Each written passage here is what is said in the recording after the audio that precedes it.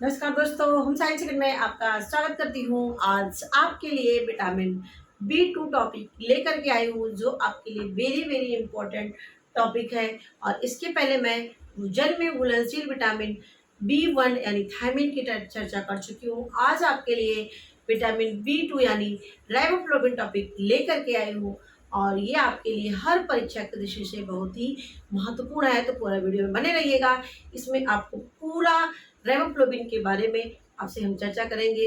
इसके क्या कार्य है, इसकी कमी से होने वाले कौन से रोग होते हैं, और आरडीए 2020 के अनुसार कितना कितना रेबोफ्लोविन की आवश्यकता पड़ती है। इन सब चीज़ों पर हम चर्चा डिटेल में करेंगे। तो शॉर्ट टाइम में गुड कंटेंट ये चैनल आपको देता है, बस खाली आपको यहाँ पर जुड़ना है। तो चलते हैं यहाँ पे विटामिन बी 2, जिसको हम राइबोफ्लेविन के नाम से जानते हैं। विटामिन बी 2 जिसे हम राइबोफ्लेविन के नाम से जानते हैं, और इसी को और नाम से जानते हैं, ये हमारा विटामिन जी के नाम से, यानी राइबोफ्लोविन को हम विटामिन जी के नाम से जानते हैं। ये ब्रिटिश लोगों ने इसको विटामिन जी नाम दिया, और येलो एंजाइम को वारबर्ग ने इसे येलो एंजाइम के नाम से इसको बुलाया। और इसके साथ साथ इसकी जो पहचान की गई विटामिन बी 2 की, कब की गई? 1917 में इसकी पहचान राइबोफ्लोविन के रूप में की गई। तो देखिए ये पॉइंट, देखिए इतने में मैंने यहाँ पे सारी बातें आपको बता दिया कि विटामिन बी 2 का रासायनिक नाम क्या है, राइबोफ्लोविन है। और इसको किस नाम से जानते हैं? विटामिन जी के नाम से जानते हैं। और क्या नाम इसका है? एलो एंजाइम के रूप में भी जानते हैं। और इसकी पहचान 1917 में की गई। ठीक है, अब आते हैं यहाँ पे 1937 में council of pharmacy and chemistry of the medical association के द्वारा राइबोफ्लेविन को जो है रखा गया, इसका नाम क्या रखा गया? राइबोफ्लेविन नाम रखा गया। और जो राइबोफ्लोविन है, इसमें दो तत्व होते हैं। क्या क्या है? एक फ्लेविन है और एक राइबोज नाम की शर्करा पाई जाती है। ठीक है, राइबोज एक शर्करा है और फ्लेविन एक तत्व है, यानी राइबोफ्लेविन जो है दो तत्वों से है। एक क्या आपका है? एक राइबोज है, और एक राइबोज शर्करा है, दूसरा आपका फ्लेविन है। तो ये चीजें हो गई। अब इसके कंपोजिशन में क्या होता है? यानी जो आपका शर्करा है, ये राइबोज पेंटोज शर्करा उपस्थित होती है। यानी शर्करा है, उस शर्करा का नाम क्या है? पेंटोज शर्करा। यानी राइबोज एक शर्करा है और उस शर्करा का नाम क्या है? पेंटोज है। तो इसकी कंपोजिशन में क्या होता है? राइबोज पेंटोज शर्करा इसमें उपस्थित होता है या इसमें पाया जाता है। अब इसकी विशेषताओं में आते हैं कि ये क्या होता है। आपको पता ही है कि ये क्या है? जल में घुलनशील विटामिन होता है। क्या है ये? जल में घुलनशील विटामिन होता है। और इसके साथ साथ इसका रंग कैसा दिखता है?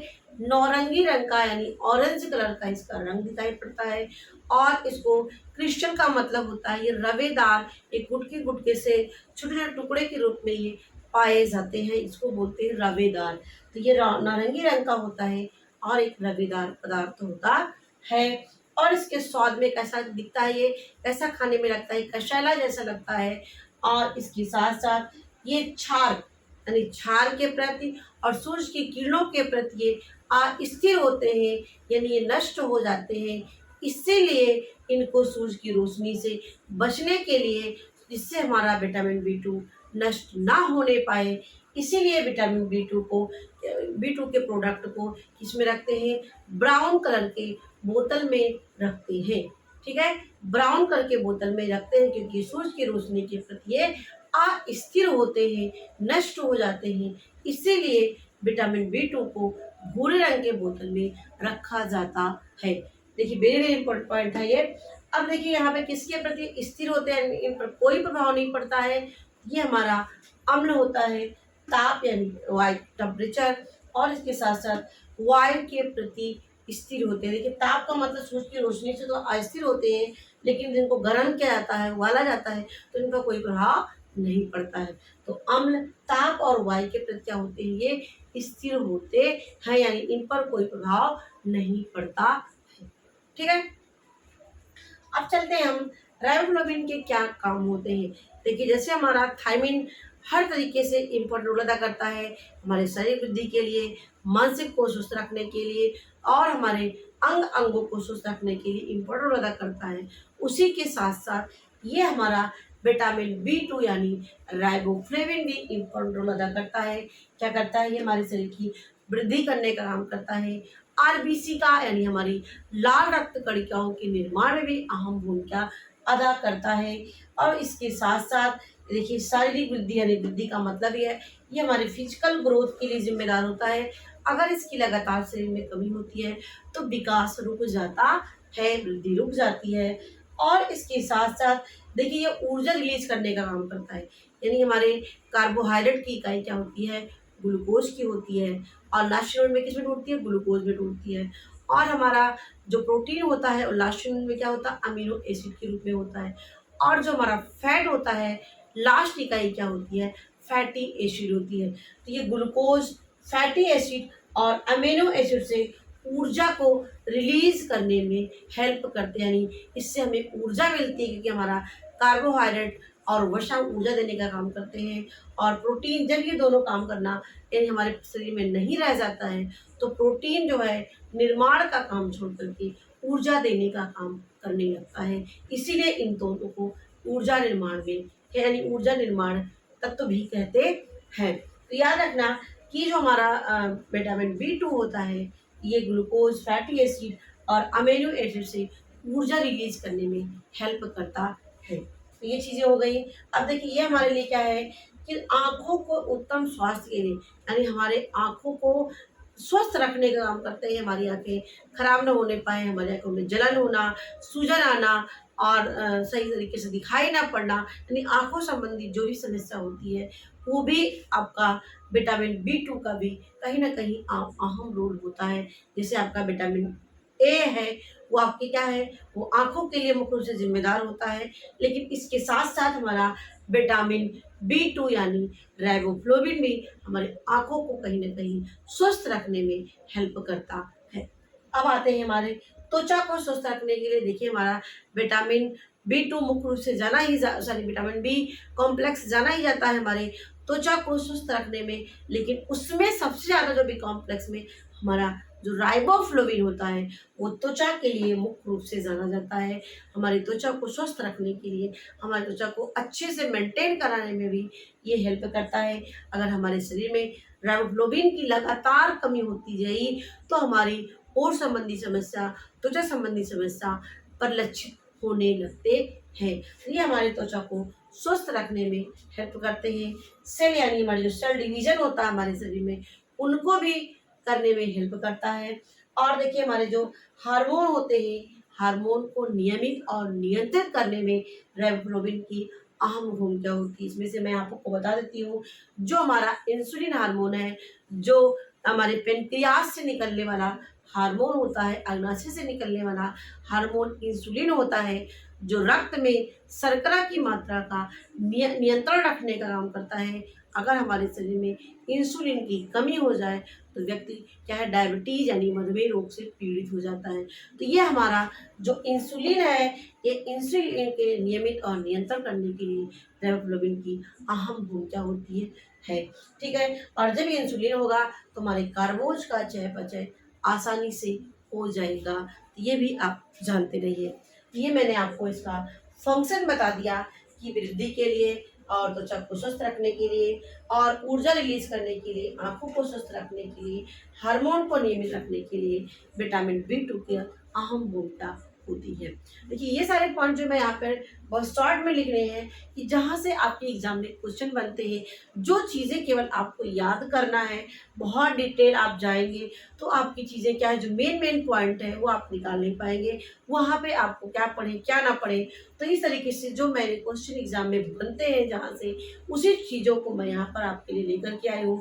बहुत डिटेल ना जा करके बल्कि बहुत डिटेल को जहाँ से आपके क्वेश्चन बन रहे हैं उस चीज़ों को लाना, ये हमारी मुख्य रूप से प्राथमिकता होती है, जिससे आपको कम टाइम में अच्छी चीज़ें मिल पाए। तो देखिए अब यहाँ पे राइबोफ्लाविन, देखिए यहाँ पे मैं यहाँ पर इस दो चीज़ों को चर्चा करना यहाँ पर भूल गई थी। देखिए हमारा जो FMN और FAD है, ये दो प्रकार ये हमारे कोएंजाइम होते हैं जो हमारे विटामिन B2 में एक कोफैक्टर के रूप में, एक कैटालिस्ट के रूप में ये हेल्प करते हैं।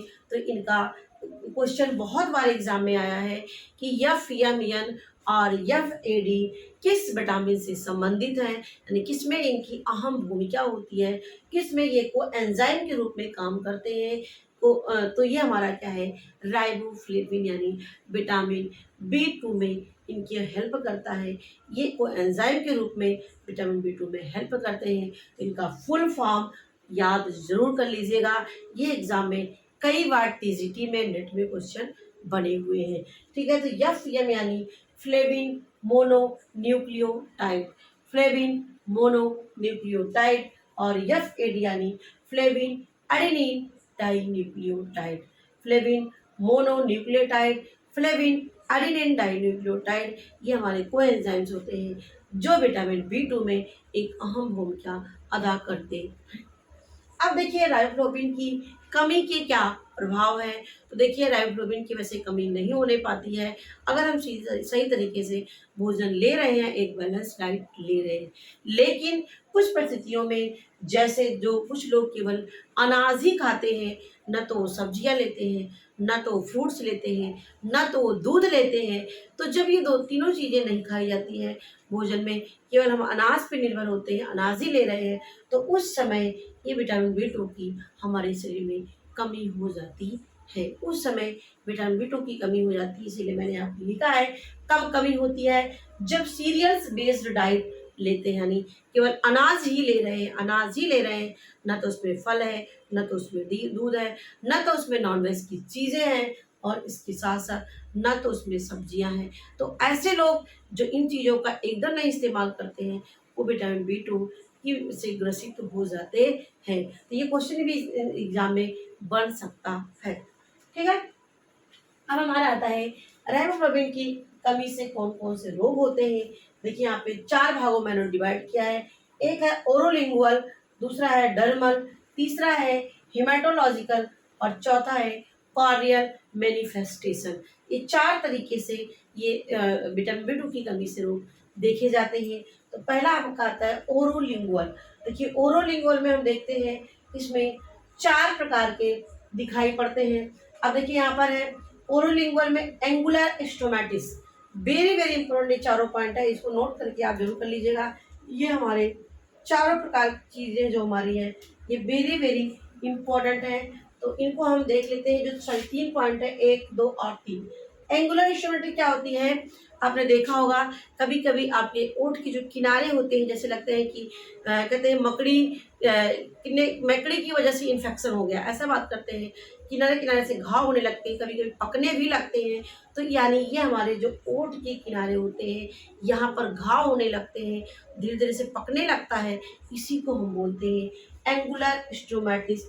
इस तरीके से आकार में ये दिखाई पड़ने लगते हैं किनारे किनारे पे, इसी को बोलते हैं एंगुलर स्टोमेटिटिस। ठीक है, तो ये यानी ओठ के किनारों पर घाव होना अंग्रेजी में क्या कहते हैं, एंगुलर स्टोमेटिटिस।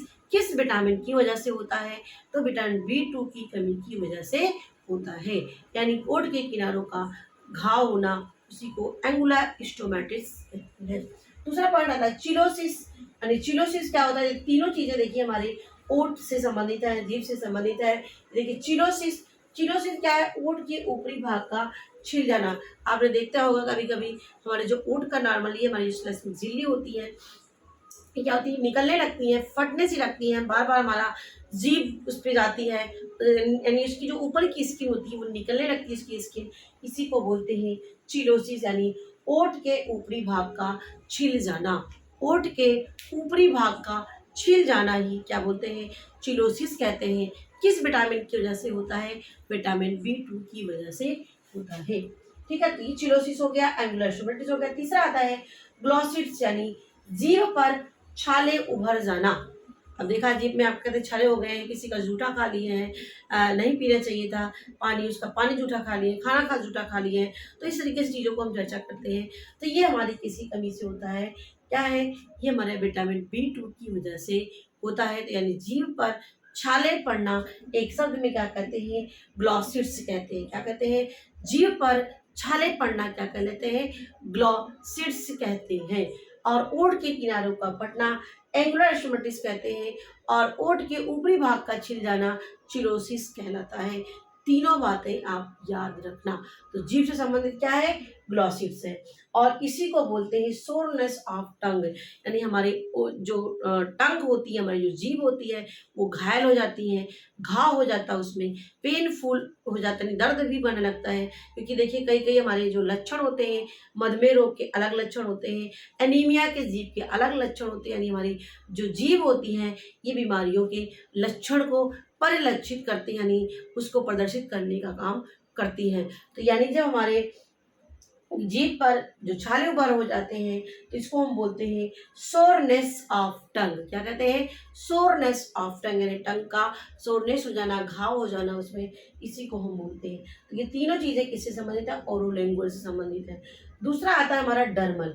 डर्मल मतलब ये हमारे त्वचा से संबंधित है, यानी डर्मेटाइटिस ये तो जानते हैं। डर्मल शब्द किससे संबंधित है, हमारी त्वचा से संबंधित है। यानी सेबोरोइक शब्द आ जाता होगा, सेबोरोइक, ठीक है। सेबोरोइक क्या है, चेहरे पर, गर्दन पर और नाक की त्वचा का लाल हो जाना।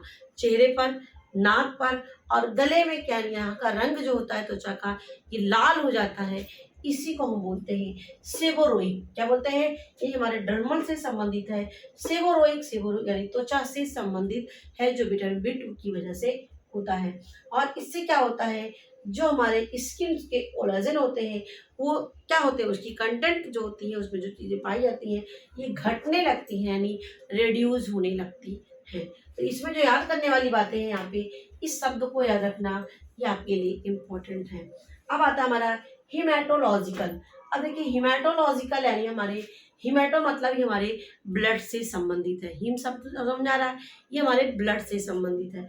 तो हिमेटोलॉजिकल से संबंधित जो होता है ये हमारा है नार्मोसाइटिक। क्या है, नार्मोसाइटिक एनीमिया, यानी हमारा विटामिन B2 की वजह से जो एनीमिया होता है। क्योंकि अभी आपको मैंने यहाँ पे पढ़ाया कि ये आरबीसी के निर्माण में भी हेल्प करते हैं, यानी जो हमारा विटामिन B2 है ये आरबीसी के निर्माण में भी ये हेल्प करते हैं।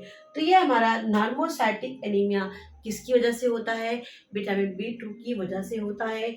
इसमें क्या होता है, जो हीमो, अगर ये मतलब कि नॉर्मल रूप में देखा जाए तो ये हमारे हीमोग्लोबिन के लेवल को बढ़ाने का काम करता है। लेकिन यदि हमारे शरीर में इसकी कमी हो जाती है तो ये क्या है, नार्मोसाइटिक एनीमिया हो जाता है। यानी विटामिन B2 की वजह से कौन सा एनीमिया होता है, नार्मोसाइटिक एनीमिया होता है। आपने पढ़ा होगा विटामिन B12 की वजह से पर्नीसियस एनीमिया होता है, तो ये आप लोग जानते होंगे। इसी तरह से विटामिन B2 है क्या है, इसकी वजह से क्या होते हैं, नॉर्मोसाइटिक एनीमिया हो जाता है। तो ये चीजें हो गई। अब आता है हमारा कॉर्नियल। कॉर्नियल शब्द से आप पकड़ेंगे ये हमारी आंख से संबंधित है। कॉर्नियल मैनिफेस्टेशन ये हमारी आंख से संबंधित होने वाला है। और इसके लिए एक शब्द और यूज किया जाता है, ऑक्यूलर। क्या है, ऑक्यूलर, ये हमारी आंख से संबंधित होने वाले रोग होते हैं। कभी कभी यही ऊपर वाले शब्द दे दिए जाते हैं, तो अगर ये शब्द दे दिया जाए तो इससे भी आप जान सकते हैं ये विटामिन B2 की वजह से होने वाले रोग से संबंधित है। क्या क्या है, ओरोलिंगुअल, डर्मल, हिमेटो और कॉर्नियल। तो कॉर्नियल से संबंधित यानी हमारी आंखों से संबंधित क्या रोग होता है, फोटोफोबिया होता है। लेक्राइमेशन, बर्निंग होता है, हमारी जो आंखों में जलन होने लगती है। हमारी जो स्किन होती है, हमारी जो आंखें होती हैं वो मतलब इसकी जो तरल चीज़ें होती है वो सूखने लगती है, इसको बोलते हैं ड्राई, यानी बार बार खुजली होती है, जिसको बोलते हैं ड्राई आई, यानी आँख की जो लिक्विड पदार्थ होता है वो सूखने लगता है। ठीक है। विजुअल फटीग यानी कोई चीज़ देखने का मन नहीं करता है, आँख थकी थकी से हो जाती है, आँख खोलने का मन नहीं करता, आँख दर्द करता है, आँख में चुभन सी होती है, ये भी क्या है, विटामिन B2 की वजह से होता है। क्योंकि मैंने भी आपको पढ़ाया था कि हमारे क्या होते हैं, आँखों को स्वस्थ रखने में इनकी अहम भूमिका होती है। अब हम चलते हैं कि विटामिन B2 के क्या सोर्स है और RDA के अनुसार हमें कितनी इसकी ज़रूरत पड़ती है, आइए देखते हैं।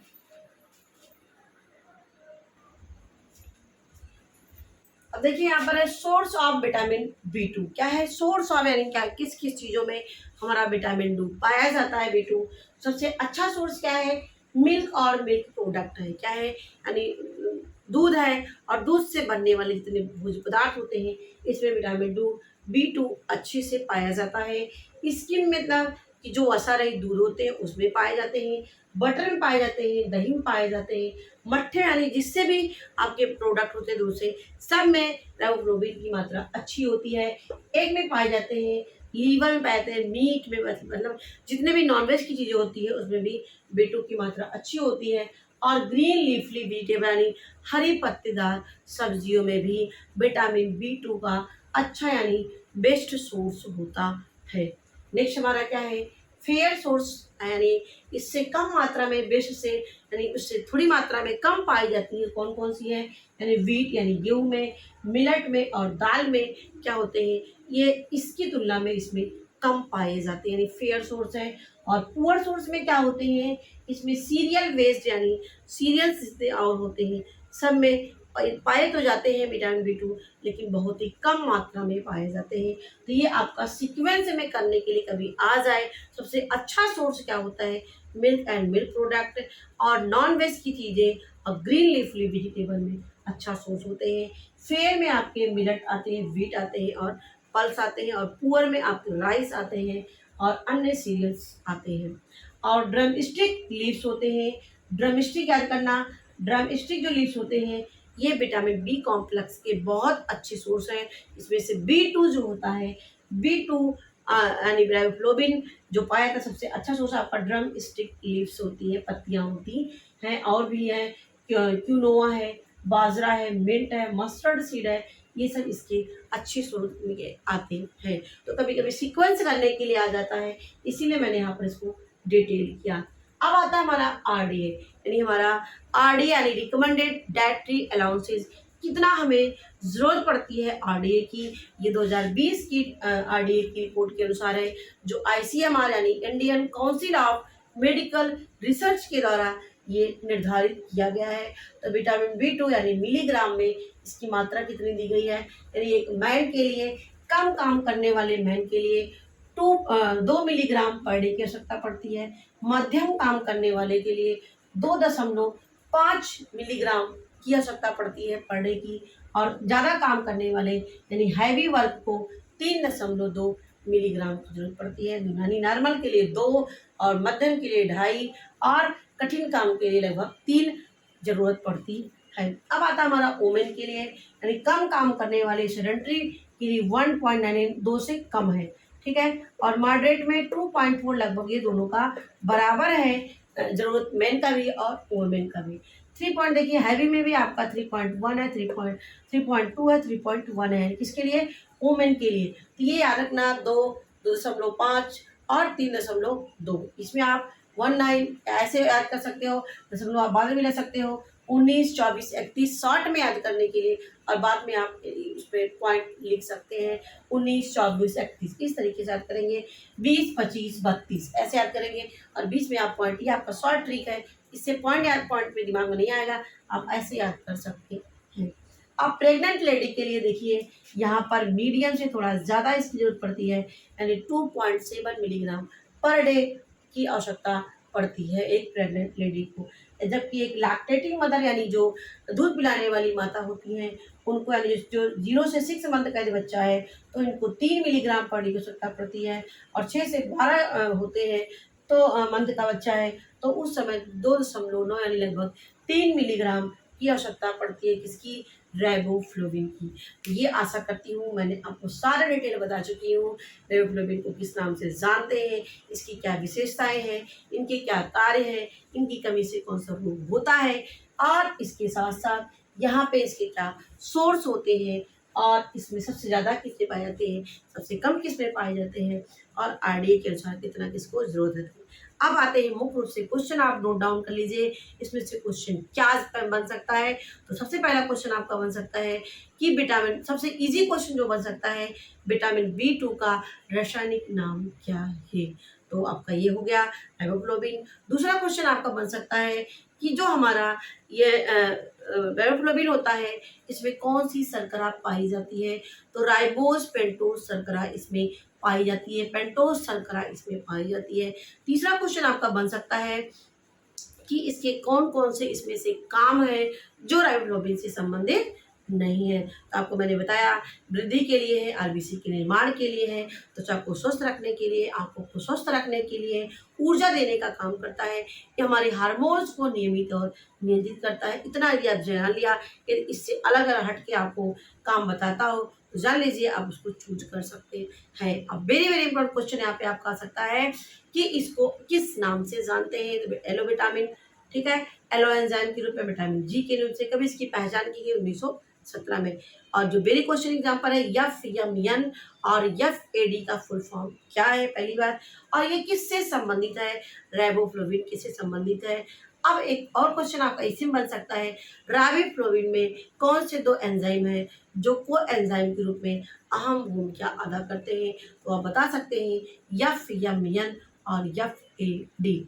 ठीक है, अब आता है इसकी कमी से कौन कौन से रोग होते हैं, तो आपको मैंने बता ही दिया। वेरी इंपॉर्टेंट क्वेश्चन, एंगुलर स्टोमेटिस, यहाँ से क्वेश्चन आपका है।